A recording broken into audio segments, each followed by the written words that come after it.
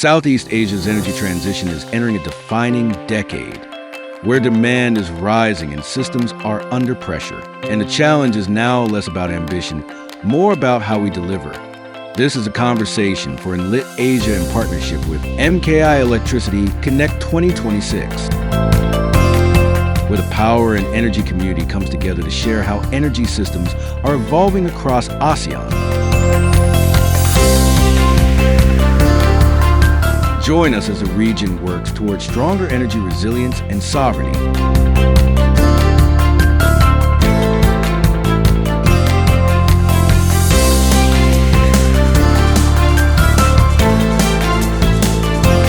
Get your pass now, and we'll see you in Jakarta this September.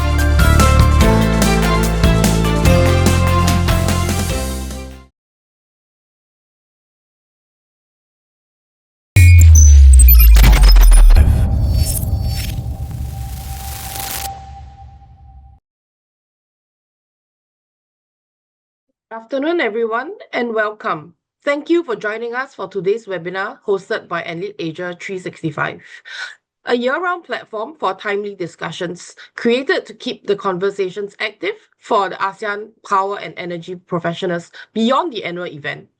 The industry moves through policy changes, market shifts, financing pressures, infrastructure and technology developments, and very often through uncertainty. And that is why the discussion today was so important to convene right now. Recent disruptions across global energy markets are placing renewed pressures on fuel supply chains and investment confidence.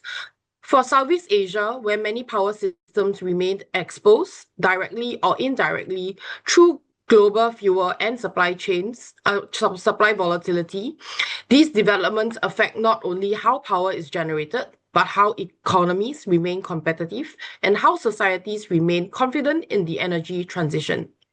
Today's session, ASEAN Energy in Uncertain Times, Securing Supply, Strengthening Regional Resilience, brings together regional voices who are at the front of tackling these challenges firsthand. I am very pleased to first welcome our moderator, Vince Hyo, Head of Southeast Asia Power and Renewables at S&P Global, who will be guiding us through the next hour. Joining Vince online, I'm very honored to also have Arjan van den Broek, Executive Vice President, Project Director and Advisor for the Mataput Decarbonization at GPSC Thailand. I'm also pleased to welcome Pak Rahmat Dewanto, Chief Executive Officer at PLN Energy Primer Indonesia. With him, please also welcome Matthew Geese, Asia Pacific Executive Director from HDF Energy. Last but finally not the least, Dr. Devon Chaya, Partner of Infrastructure Advisory at KPMG. Thank you, gentlemen, for making time for this timely discussion. Vince, over to you. Thank you, Kirstine. Hello, everyone. My name is Vince. I'm the head of Southeast Asia Power and Renewable at S&P Global. I'm delighted to moderate this session. Just to set the scene, after the war in Iran, the Strait of Hormuz is back at the center of global geopolitical issue. And it's not only an oil choke point, it's critical for LNG. Already about 20% of global LNG supply is going through the Strait of Hormuz. And with this crisis in the Middle East, it's going to push LNG prices higher and also create a supply shock across an Asian market. And what does this mean for Southeast Asia, right?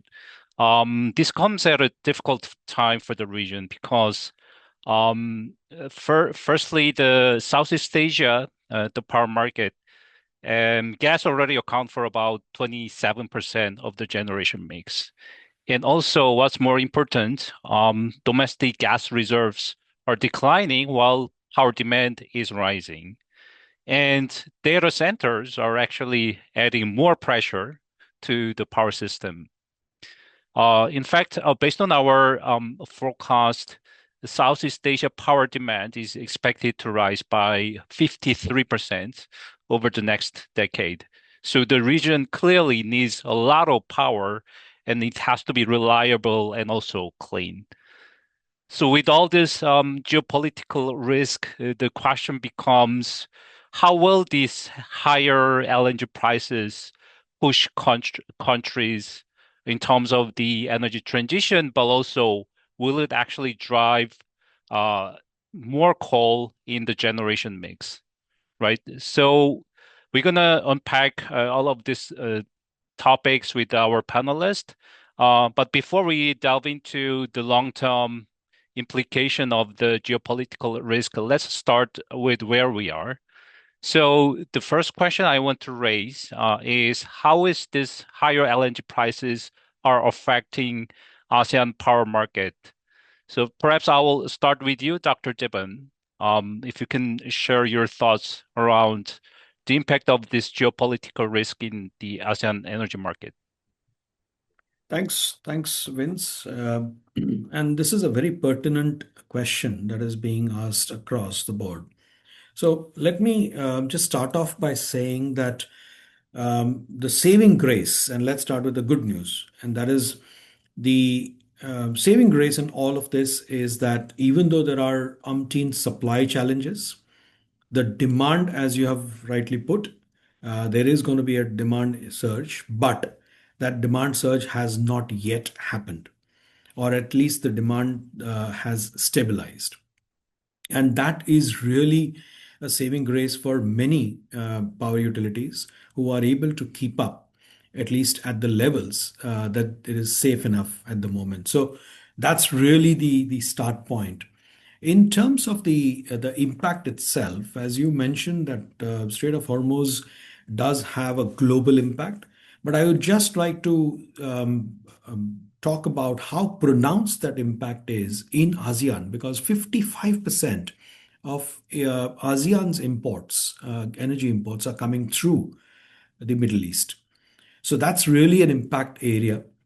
If you look at from the start of the crisis point of view, we have an oil price, the gas price increase is about 75% from that base. So the prices have really made a big impact in terms of how the economies are going to be making the impact softer on the citizens. And that is also one of the areas which is, if I take one more number of importance, is 28% of the final energy consumption at the industry level and at the household level is still dependent on what happens in Middle East, in ASEAN. So we have a very direct correlation of what happens in the Middle East. And right now, this picture is not very pretty. One last point is around the subsidies. The impact of this price increase, which is about 75%, and large part of ASEAN generation is still very much gas dependent. So we are going to have a major issue around the subsidies. Right, even before the crisis, it was about 8% of the ASEAN GDP that was being spent on subsidies. Today, I just take one example. Malaysia's subsidy bill has ballooned by 5 times since the start of the war. So these impacts are definitely going to be felt in the longer term as we go ahead. Thank you, Dr. Devon. I think you raised a very important point, especially given that, most of the ASEAN market is still regulated. So we also have to think about, how this crisis will affect the government subsidies and then also utilities balance sheet, etc. So I think it's a good topic to discuss with Pak Rahmat. I'd like to understand how Indonesia is coping with the crisis in the Middle East, and has PLN changed any strategy in terms of fuel procurement? Okay, Vince, thank you very much for the question. So, actually, for the case of Indonesia, indeed that with the disruption on the Hormuz Strait, So some of the traffic, 20% of crude, and then around 15% of LNG was impacted globally.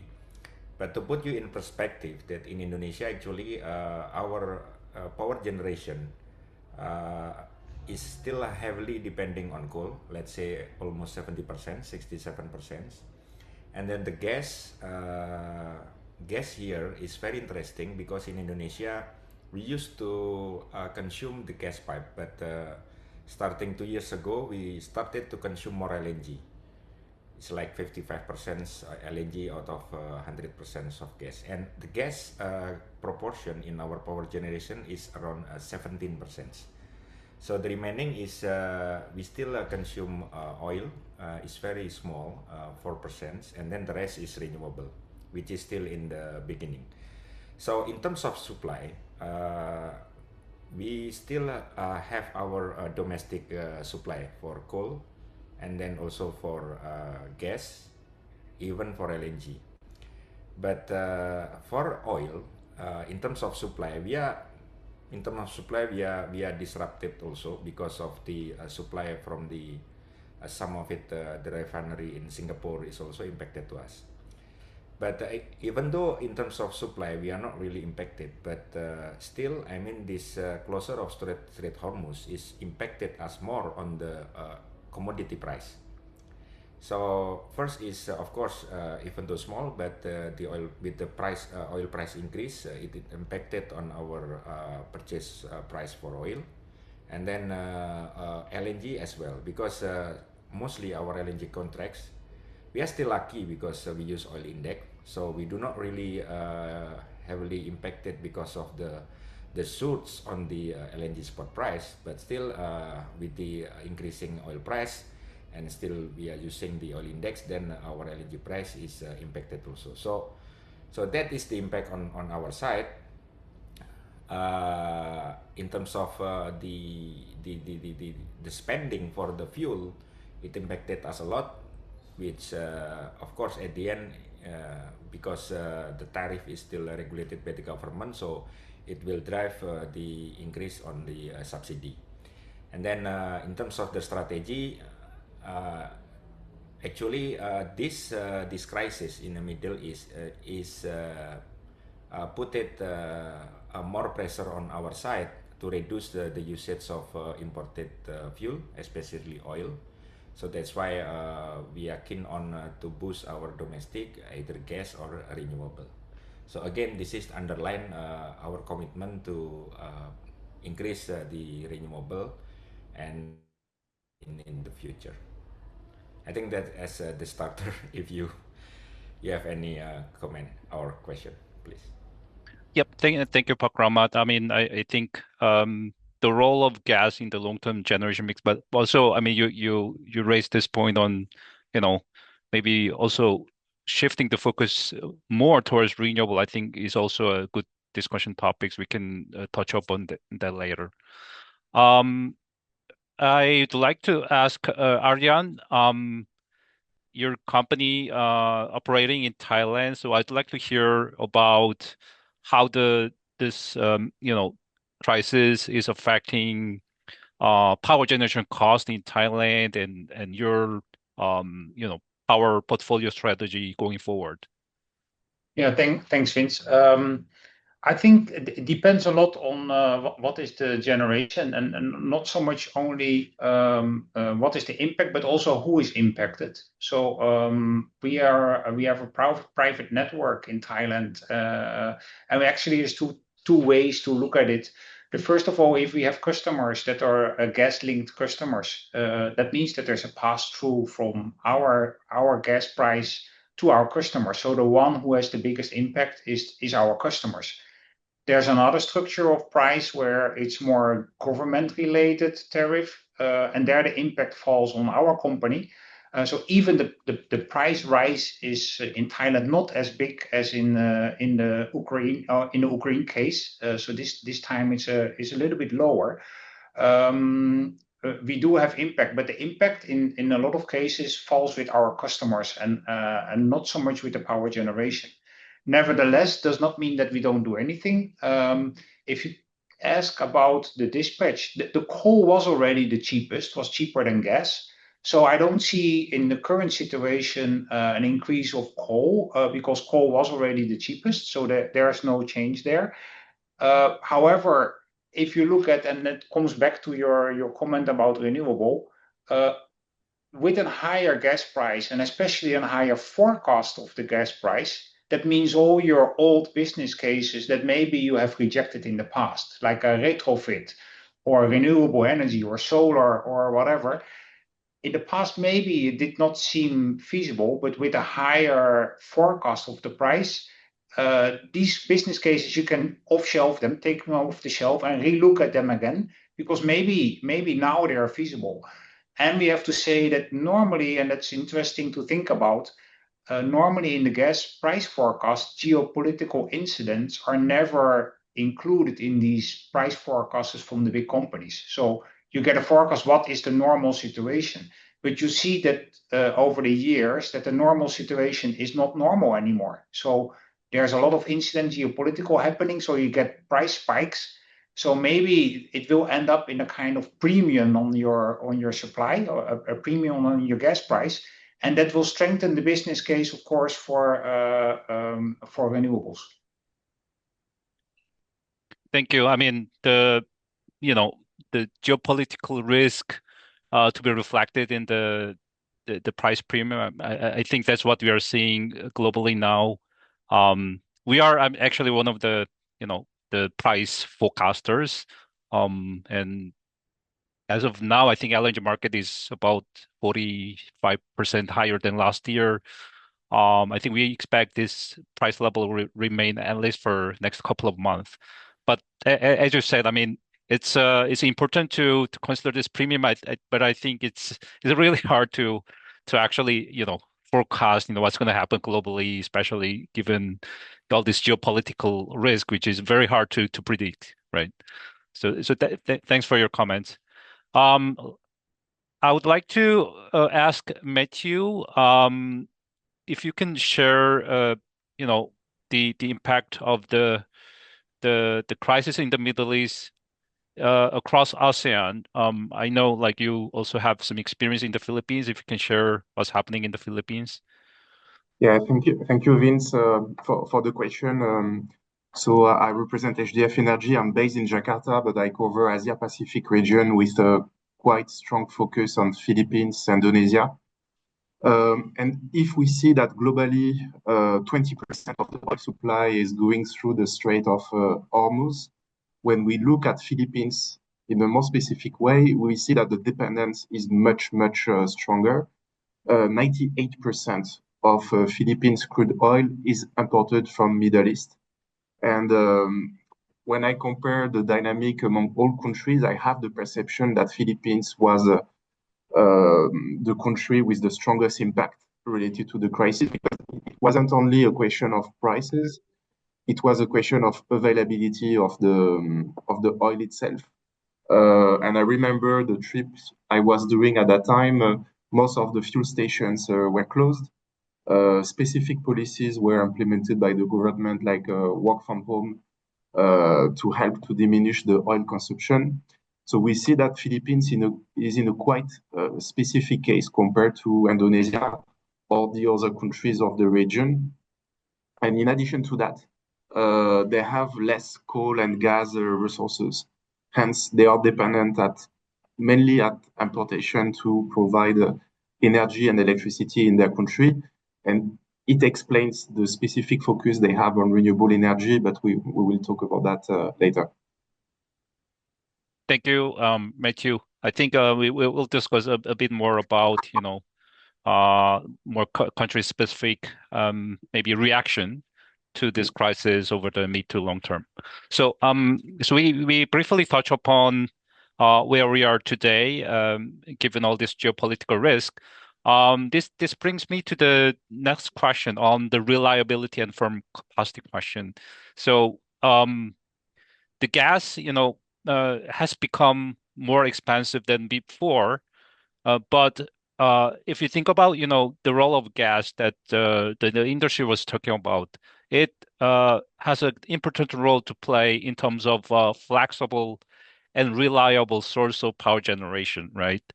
And it also has a critical role to support intermittent renewable in the generation mix. So now with the higher LNG prices facing the energy market, this role of bridging between maybe coal and the renewables is becoming harder and harder, right? So I want to start with Park Rahmat.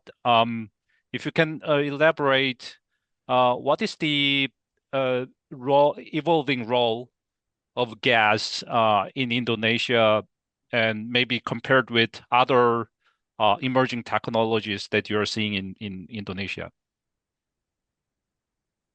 Okay, thank you, Vince. So, well, I mean, it's true that actually in Indonesia, to give you a little bit perspective as a framework, the price of a coal is not only cheaper but also regulated by the government, which is this is a domestic market obligation price. So regardless the fluctuation in the export coal price, the domestic price was we can say a cap. So so clearly that coal has a competitive advantage if we compare with the other type of power generation. So in Indonesia, I think we still need to maintain what we understand as an energy trilemma, right? First is of course security, and then affordability, and maybe the next one is sustainability. So the issue now is yes, of course, we want to go greener, but at the end of the day, we need to ensure that the energy is there. So back again to the landscape that actually having said that, we need to maintain the balance between all of those energy. So so clearly coal with the cheaper price, the existing one is so far we need it, depending on the progress of the renewable and gas. And then renewable, we are very ambitious, but it will take some times. In between, what we can see is gas will play a very important role.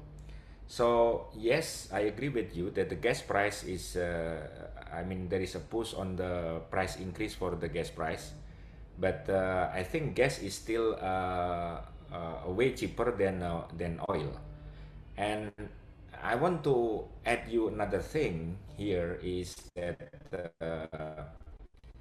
each of the energy has a different kind of generation type or character. So even if we have if we want to replace gas by or oil by coal, we cannot, because of the coal is more on the base loader side. So clearly in Indonesia, if you look at on the latest national electricity planning, yes, we will go as much as we can with renewable, 75% if possible, and then we still have a couple of mine mode coal power plant, but in between is we need to fill the gap to anticipate the increasing demand by establishing or building the new gas-fired power plant. So so clearly, gas is the energy transition in Indonesia, and knowing that gas is also available in domestic. So if I understand your comments correctly, the current crisis doesn't actually change a lot in terms of your uh, fuel procurement strategy. Is that right? Not really, not Not really, really. not really, because yeah, not really, because of uh, if we don't use gas, then the next one is oil, which is more expensive. Sure. Yeah, and then So yeah, I mean, we use gas because we already optimized the coal one. mhm, sure. Thanks. Yeah, we'll touch upon a little bit more for the longer term, but I understand that for the case of Indonesia, the overall direction I think has remained unchanged. for now. Maybe I'll ask Arjan for Thailand. I mean, Thailand already has high reliance on import LNG, right? But there's also a lot of discussion about the emerging technologies as another maybe flexible, reliable generation source. I mean, including like nuclear. Everyone's talking about nuclear now, but if you can maybe share a bit on, what would be maybe the emerging technology in terms of Thailand's generation mix going forward. Yeah, sure.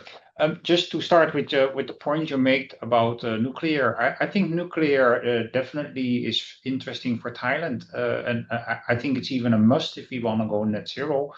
But that will take a while, so it's not a solution for the next 5 to 10 years, I would say. So for the next 5 to 10 years, I think you have to look at this in the way of how we call it cold reserve. So you have your grid, and then your demand and supply are changing all the time, or your demand is changing and your supply have to adapt. And I would say there's two types of cold reserve. Normally, traditionally, we only think about a cold reserve that is something you have in case demand goes up, you can turn it on. And we would normally use old gas turbines for that. But I think nowadays, with the geopolitical tensions, you need another type of cold reserve, and that I would say could be the role of coal. So while in the past we were thinking to decommission coal plants and to demolish them, I think it becomes a different situation where you keep your coal plant. It does not mean you have to run them, but you keep them and you keep them in your background as a kind of backup. That the moment there is geopolitical stress like we have now, you can switch to coal and your country does not run out of energy. So your coal plants get a different role in case of geopolitical stress. So then on the other part, on the intermittent solar, for example, there actually we are looking at something else because we have cogeneration. So we have heat and power combined, and that is problematic with a gas turbine. So if you bring in renewable energy, your gas turbine will run less, and if your gas turbine run less, you have less heat as well, and my demand for heat stays the same. So flexibilizing with gas turbines is actually not so much an option if you have cogeneration, unless you can generate steam in another way. So actually what we are looking at is heat storage to solve that issue, or flexibilizing the coal units. So you can solve it by changing your coal from power to steam, or steam to power. So that is a way. And also coordinating with the customer. So if it's not only on the supply side where we're looking at solutions to solve it, you can also look at the demand side. So if a customer currently has a heat demand, and I want to bring in more solar, that could be that on the customer side, they're going to electrify or they're going to change their heat demand. So if you ask about technologies, I think in the short run would be flexibilization and energy storage, of course, batteries. But for us, in our case, it will also be heat storage. That could be a very important technology. Then last but not least, I think on the data centers, recently I've read that they're working on flexibilization of the data centers. While currently everybody looks at the data center as a base load, you can look at the data center also as a balancing, because a data center can easily dispatch the calculation to a place where the sun is shining or where there is more energy available. So if data centers can flexibilize their demand of power by reallocating their calculations to another data center, that would help enormously in the balancing of the grid. So I would say on the supply side, we have things to do, and on the demand side as well. I think your last point on data center, I think this idea on becoming, making data center more as a flexible load, I think is gaining it's becoming popular, I think, in the US at first. But yeah, it would be an interesting one if we actually see them in Asian market as well. But I just want to follow up on your first point on using coal as a flexible generation sources. So do we actually see the probably a new role of coal power plants in Thailand or somewhere in ASEAN region, or is it something that is just starting to be discussed? I think it depends. It's a little bit on the country side. So you have a country level and you have company level. At country level, I think it's more energy security. As I said, you keep your coal plants, you don't demolish them, but you keep them at a reserve. Thailand also did that, no? But the start of the crisis, they took out of decommissioned plants and say, can we start them up again? So that is on country level. I would say on company level, we are shifting our minds to say, hey, if I have cogeneration, I can easily keep my boiler at base load, but turn down my steam turbine and export simply more steam. So I can capture my lack of power caused by solar. So it depends on where you look at and which role coal plays, but at different levels, it will get a different role. Probably the current crisis will maybe spurring this, new concept of using coal power plants more flexibly. Yeah. Thanks for your sharing your insights. Maybe want to hear the how the markets how other markets are managing this you know sort of difficult situation where the higher LNG prices making a gas power plant more difficult. Maybe Dr. Devon, if you can share, if you see any, new emerging technology that could actually play an important role as a flexible and reliable generation source, or will the gas continue to become play this important role? Yeah, I think there are multiple examples where this is happening, and if at all the impact has to be quantified, I believe the impact of the gas prices going up is that many of the business cases, as Arjan mentioned, are more viable now. What you would have normally put on the top shelf of your cabinets are now being dusted and brought back into the picture. So that's really happening. On the technology side, we do see the price parity becoming more and more feasible for many other types. So, for example, biomass is coming back with a vengeance. We also have hydrogen and ammonia peeking around the corner. So we do see the resurgence of these discussions.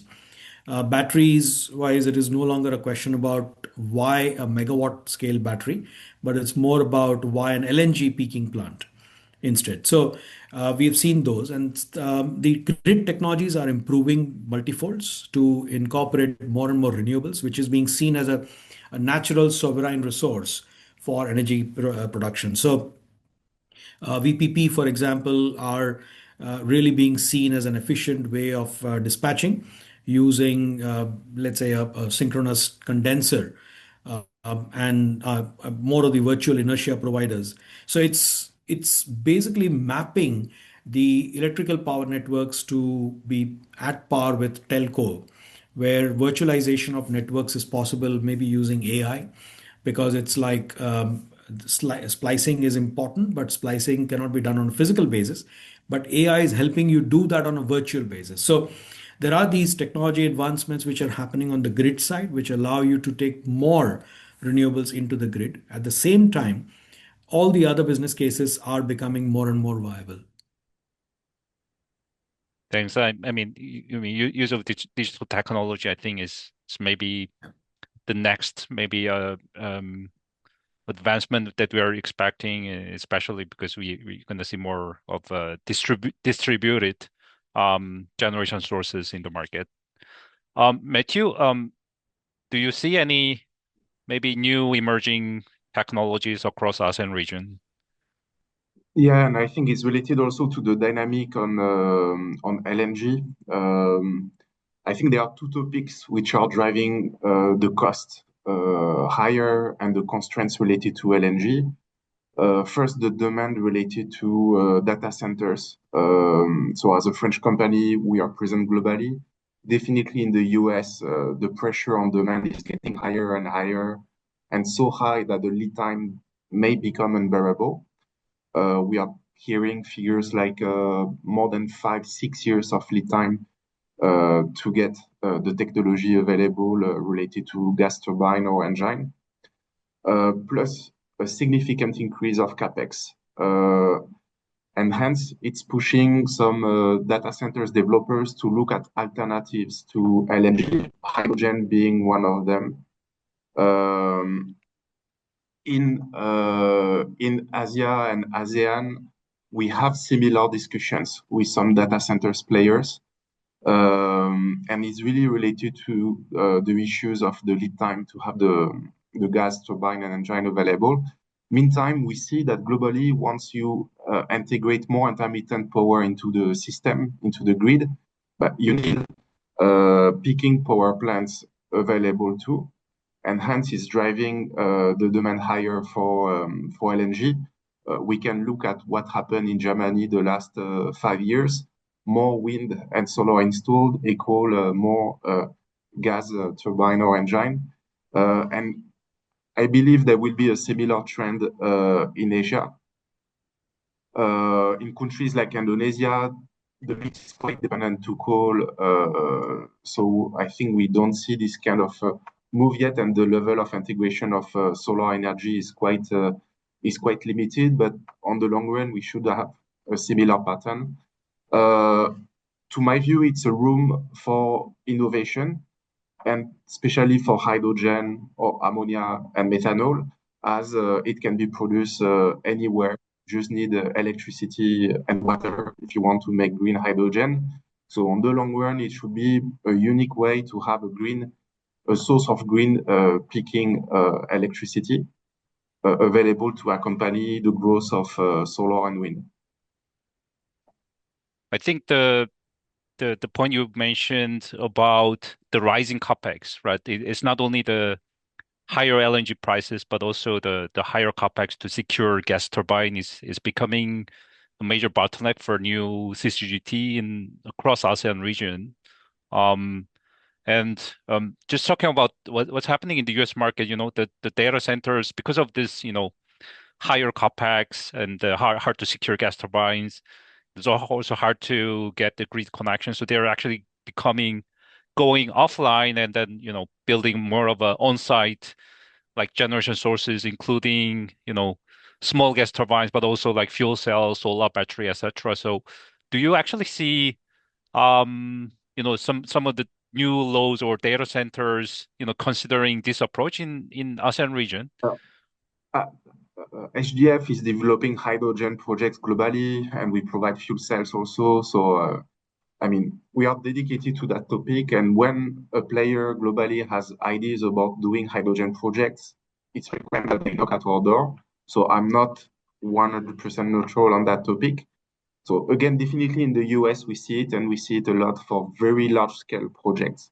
And the lead time seems to be the key factor, maybe more than the capex.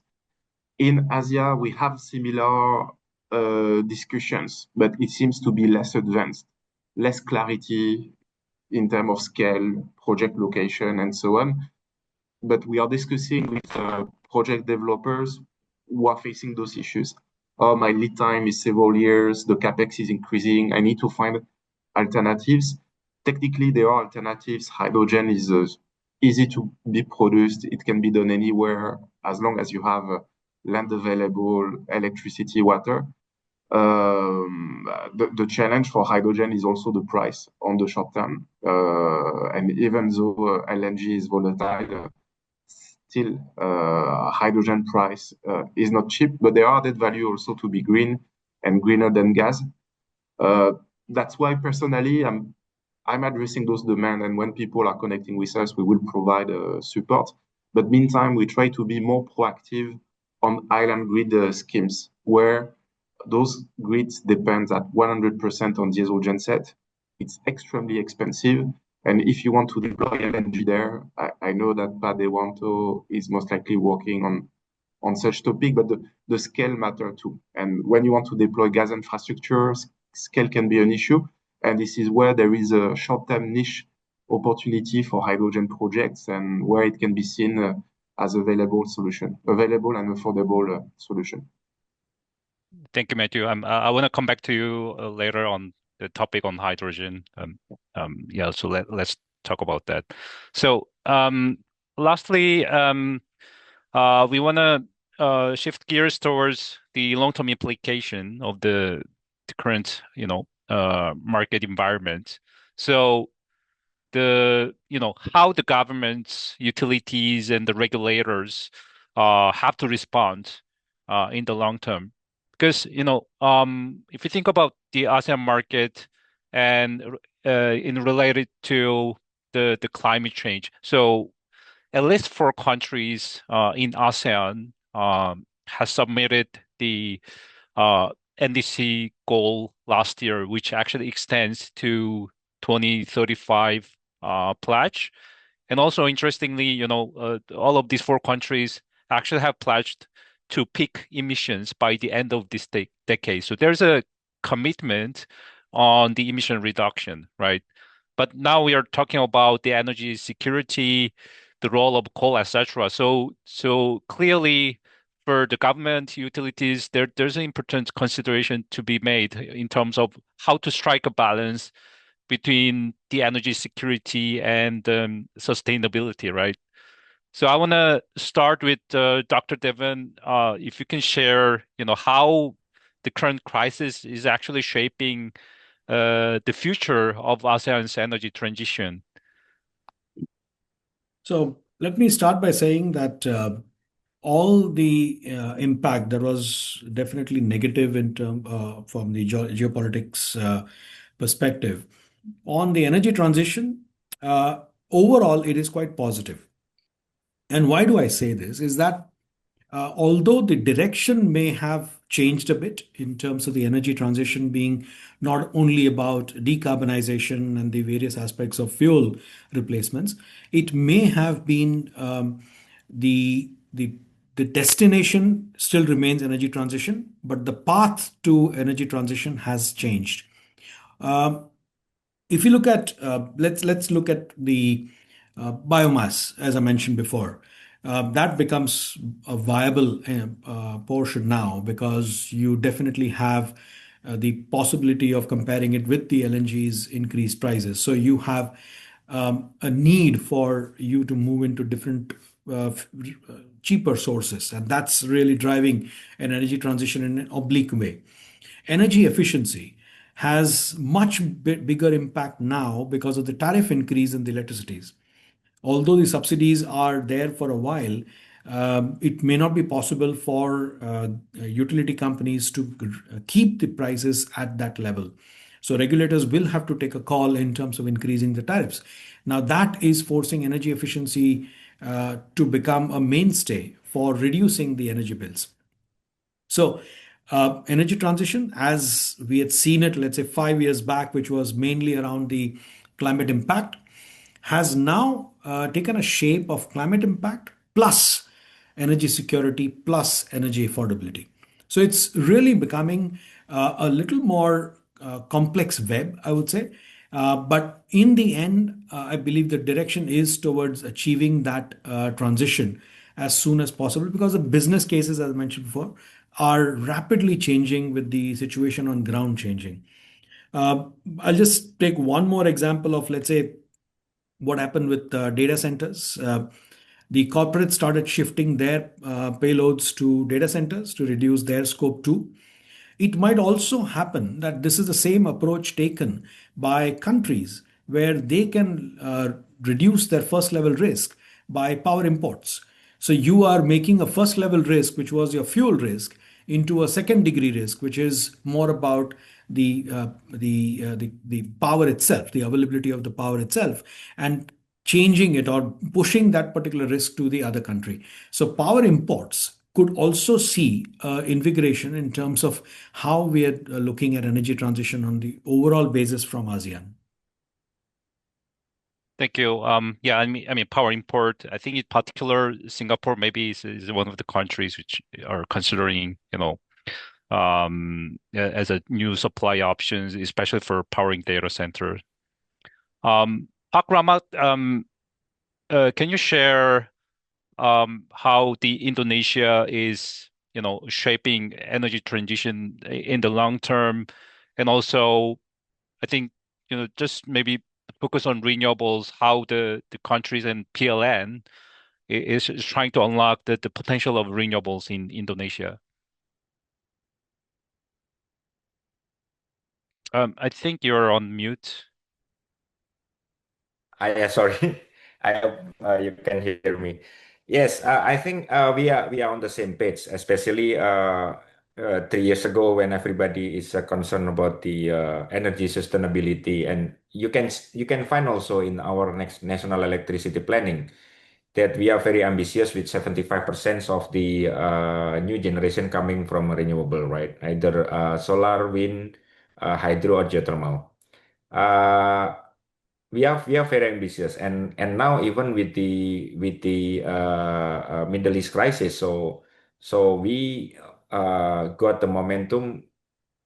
Our government is also wants to speed up, especially the acceleration on the solar PV plus battery in some of the areas. So clearly, we want as much as possible to engage the renewable in our new generation.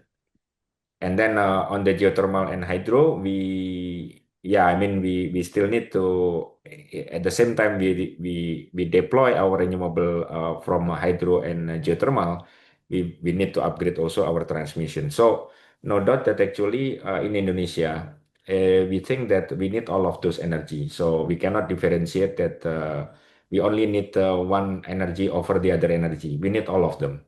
And slowly, of course, we will improve the proportion of renewable energy as much as we can, while we keep maintaining the existing capacity of coal, for instance, and then increasing gas in between. So that's, I think, the landscape in Indonesia. I mean, the idea is we go as much as we can with renewable, and then I mean, as in transition, we need the gas. If you look at on the picture, I think since have gas in our domestic. um just maybe following up, because I mean, Indonesia is actually seeing, a lot of new data centers, trying to, get the grid connection, and then it's, I think it's one of the fastest growing data center market now in ASEAN, right? So do you actually see, this surge in data center demand changing your maybe power supply plan going forward? Because this is a very recent, you know, environment that you're facing now.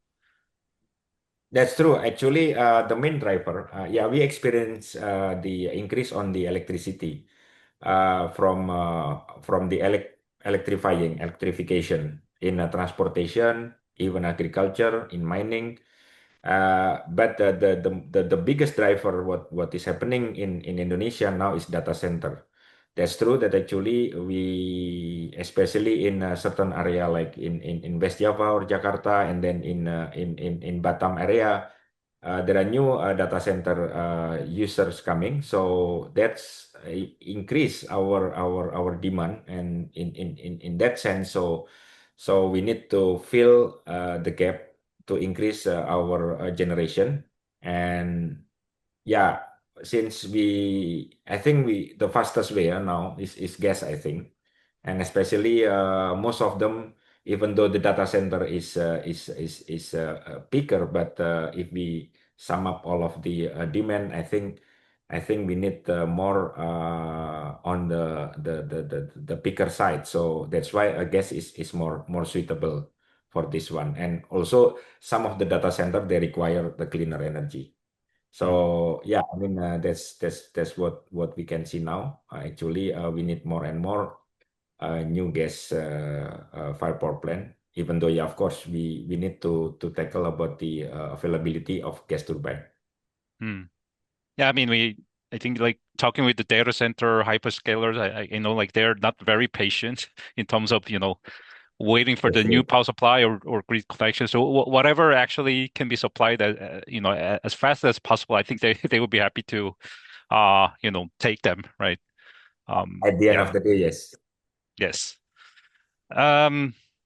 Maybe Arjun, if you can share on Thailand. I mean, Thailand, I think there's a lot of also discussion around data centers and the introduction of a DPPA, etc. But there's also, a lot of challenges when it comes to, deploying renewables like solar, wind, battery storage in the market. So, what do you think is the biggest barrier in deploying renewables in Thailand, and how the country can actually, address these issues? That's a very difficult question to answer, I would say. So I'm actually doing a research on that in the university to investigate that. I think the first reflex everybody says is, of course, policy. So in Thailand, the market is enhanced single buyer market. We don't have third-party access over the grid, so it means you, as a private investor, you cannot invest somewhere in the country and transfer it over the grid. But I have a remark on that. Even if the policy would be released, then you're still depending on your grid capacity, on contracts that are currently there that maybe not allow. So even the policy comes, maybe the third-party access is not moving as fast as everybody hopes. Then on top of that, if we consider on-site solar, there is actually the biggest restriction would be the resale. It's not allowed in Thailand, resale of power. Why I say that, for example, I live in a condo and we want to put rooftop solar and then provide it to the people living in our condominium. And that's not allowed because you're not allowed to resell. So you would have to have a panel connected to every owner in your condominium. So it's not working. So that's why that is not moving at all. So these are, I would say, regulatory restrictions.